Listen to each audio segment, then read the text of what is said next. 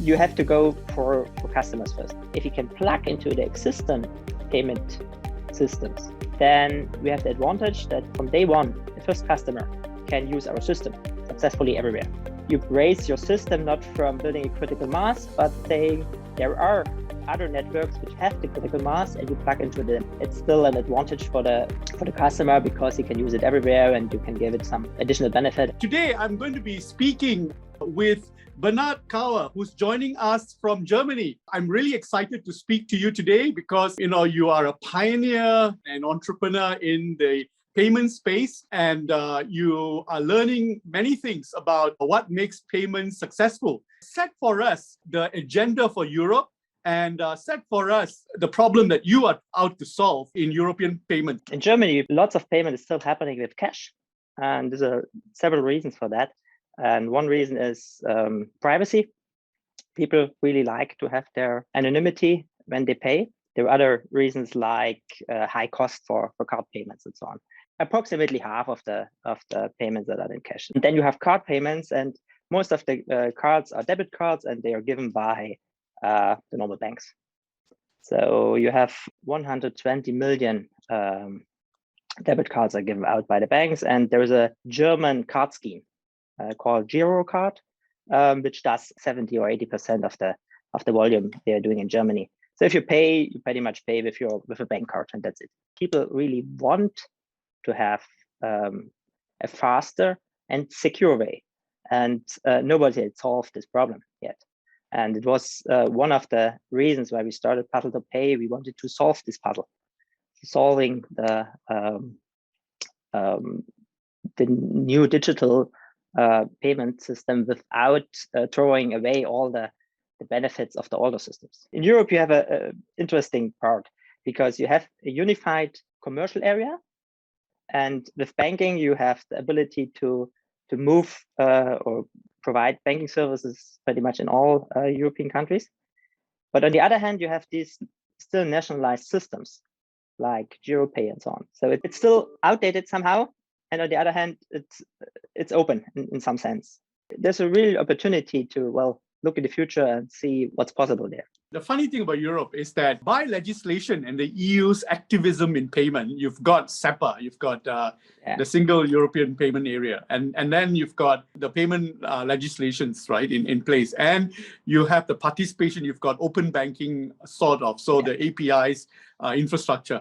All the infrastructure has been created in Europe more than in China, by the way, and on top of that, for the traditional card payments, Visa and MasterCard, the regulators in Europe, the EU, has mandated that there's a ceiling in terms of transaction fees. So if all the infrastructure has been put in place to make payments cheaper and more ubiquitous, what happened that Europe did not create that ubiquitous payment infrastructure that China has today? If you compare, say, Sweden, you have this peer-to-peer payment system in Sweden, called Swish, where they can send payments relatively small. It's something like 10 cents, 1 krona. They can send between each other just by your phone. And this is provided by the banks. All the big banks in Sweden have built such a system, and they do peer-to-peer payments, and it works, and it's ubiquitous there. And that's something which will never happen in Germany for several reasons. First, the banks do not like to work with each other. The last biggest one was they wanted to build a PayPal clone called PayDirect, and it failed, spectacularly, if you want to say it that way. They were not clear what they want to achieve. And if you do something new, you have to disrupt the old incumbents. And the banks don't want to be disrupted. They want to take part in the new world, but they don't want to lose their original money they get from that. So it's the usual innovators dilemma they face. What is your overall goal? Is it to meet a gap that exists in the existing system, or is it to, if possible, rewrite the landscape?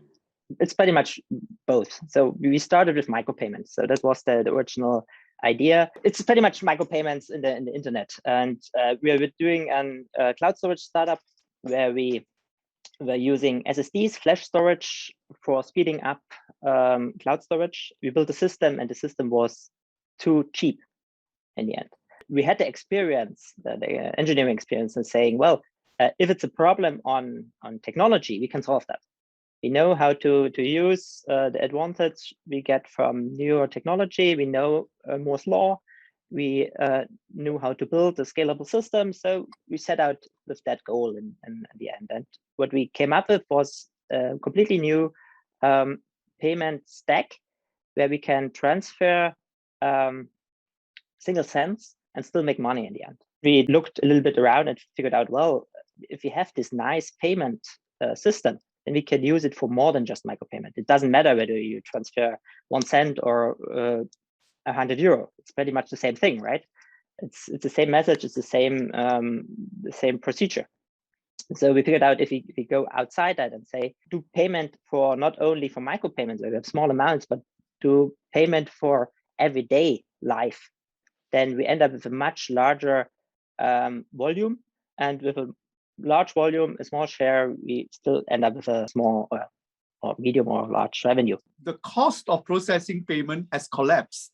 Technically, it costs nothing to process a payment because, a payment is an information on a string. And in fact, payment processing costs had also collapsed for the traditional payment companies like Visa and MasterCard. In fact, it's in your country that there was a company called Wirecard, right? Which was processing payments for Visa and MasterCard. But when the whole fraud thing took place, one of the things we discovered was Wirecard wasn't processing payment either. It was passing on to smaller companies which were taking bulk and so on. This is happening in the payments world.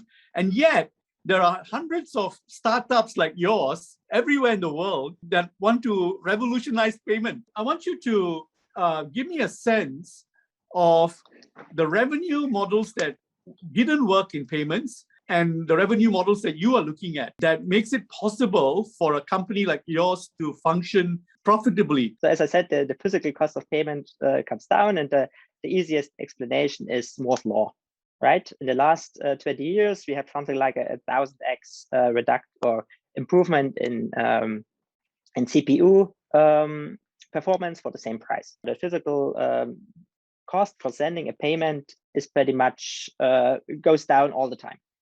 So that's the first answer. And the second thing about micropayment is, if you think what's the most successful micropayment system in the world?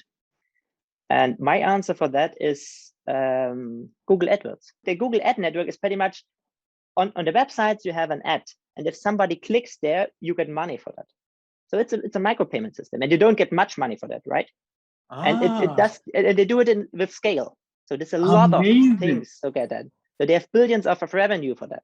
So that's the, at least in my point of view, the biggest micropayment system we have in the world. And it works for very tiny amounts of money. So pretty much you see there's an example that micropayments are solved. The revenue model. If you think about what people are usually doing, and they are usually doing something like, okay, we have a fixed cost and some percentage. So they're pretty much doing both things. If PayPal, it's something like 20 cents or 29 cents plus 1.9% or something like that. And if you do that, you immediately excluding micropayments. If you have a fixed cost, then you're toast. And a similar thing was happening for a long time in Germany with GiroPay. They had something like 50 cents or so fixed cost and then a percentage. And it turns out that if you go in the shop, and there's still some old shops with that, these old things there, they would post a sign saying, you can't pay with card below 10 euro because it's too expensive for the people. And it took them a while to realize that's not sustainable. Even in China, what happened was that they invested in their payment infrastructure for a few years to create critical mass. And I'm sure that a part of their revenue comes from the ecosystem, the big merchants and so on, and from the deposits which they need to, park in different banks and so on. And then, of course, there are models like in Korea where the payment infrastructure was built, the digital payment infrastructure was the revenue stream for Kakao Pay, for example. A lot of that was foreign exchange because the foreign exchange market was underdeveloped in Korea. So what is the model that you are thinking about, that will work for you? The business model is something like having a percentage below zero pay. Something like, in the ideal case, something like 0.5% of the transaction volume. That's the thing which would work for micropayments, which would work for macropayments. So that was the revenue model, and that's the only thing which does two things: mainly getting micropayments on board and having an advantage compared to existing models. If you go for a merchant, they would say, "What's my benefit?" And if you don't reduce on price, for them it's all the same because they have the same API in the end, and they simply flip a bit and say, is it that system or that? Now it's a question: what's the go-to-market strategy for the customer? That's much more complex, right? Because payment is a marketplace. You need both to work. And what we learned from failures in that area was that they started on the merchant side, right?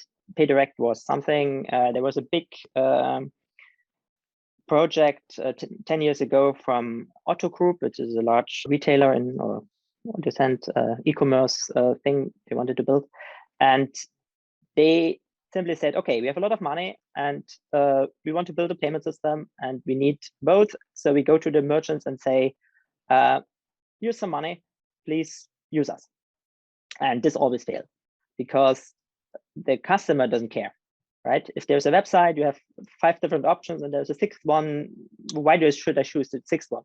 And if I have to download an app or do something like onboarding in this new system, then nobody wants to go there. And so they pretty much took the wrong strategy for go-to-market, and it failed all the time. Are you saying here that there's fragmentation in the market is also a problem? There's too many choices. If you look at e-commerce side, they're saturated, right? They don't directly talk to the payment providers anymore, but they have something in the middle. They use Stripe, they use Adyen, and all these aggregation, payment aggregation players. Payment aggregation at the back end is still good old-fashioned bank payment, right? Yeah, I mean it's the interface to the e-commerce. If you look at e-commerce payments in the shop, then you have the choice, right? And because you have 30 different options and for different countries, you simply go to somebody who says, okay, I have this here, and you have to click, and you're gone. And that's what the success of, say, Stripe and the other guys was. You have to go for customers first. This was one lesson we learned from the failed attempts. And if you go for customers first, then you have the problem. Okay, you don't have a merchant. Still, you have to give the customer an advantage, right? Otherwise, he don't want to use the system. And we figured out that if you can plug into the existing payment systems, then we have the advantage that from day one, the first customer can use our system successfully everywhere. You raise your system not from building a critical mass, but saying there are other networks which have the critical mass, and you plug into them and you pay, which is more expensive and it's probably not that convenient, but it's still an advantage for the customer because he can use it everywhere and you can give it some additional benefit. Where are you with regards to regulation, and where are you in terms of your licenses, and what has it given you? Like, what do you have as a result of license? You've got domestic access. Do you have access to the interbank payment network and to SEPA? There are different parts on licenses. The easiest license is for open banking. So we have something like a payment information service which you can build, and a payment initiation service. And that's pretty much that you go to the banks and say, I want to doing a payment from your account to another account, but then you're only a front end. And that's nothing which helps us. So we have to go one level further, which is an electronic money institute, so electronic money license. And then the last part would be a full banking license where you can do lending and this sort of stuff. So we need either directly an electronic money institute, or we have a partner which gives us API access, and where we are an agent of such an electronic money institute. With an electronic money license, institute license, you can take deposits from public customers. We have real bank accounts in that sense. You can't do overdraft in every lending part, and you can't do make money out of the deposits. But you can plug into the normal SEPA system. You can get credit cards or debit cards on top of that, and can plug into the MasterCard, Visa card sphere. And then you can, in your own system, you can do P2P payments, of course. That's the technology and the access part. The revenue model, what is the revenue model that you want to get into? If you look how the current, the neobanks and even normal banks are in Germany, at least, following that up, they all have a subscription model pretty much, right? So they have this premium thing where you have a minimal product, which is free for everybody, which you usually can't do much of that. And then you have something like €5, €8, €10 for the normal standard account. And then you have something like €15 or even €20 for the premium account. And the thing is with that is it's nice to model. And it's subscription, so you get it every month and so on. But the problem is it has a steep pricing increase. What we figured out is if we have from a payment side, if we want to have micropayments in there, we have the percentage, and we can do this very same thing on the consumer side, saying if you use our system, if you use it little, say you have a monthly throughput of €100, then you pay €1, say, or half a euro or something like that. And if you have €1,000, then you pay, say, €10 a month. So we have pretty much a percentage on the price, and this gives you a more incentives for the people who are not currently using the paid version of others. So it's pretty much a gap in the market we identified, where we can have the little users. Not the heavy users, but the users which want to use it little because they want to get in, or they say, well, I just need it for a certain use case, which makes the current offers simply too expensive for them. All of Europe is still struggling with the revenue model for payments, and the only way is to pass that cost directly to the customer. The banks are doing that, and you are saying that you will end up doing that too.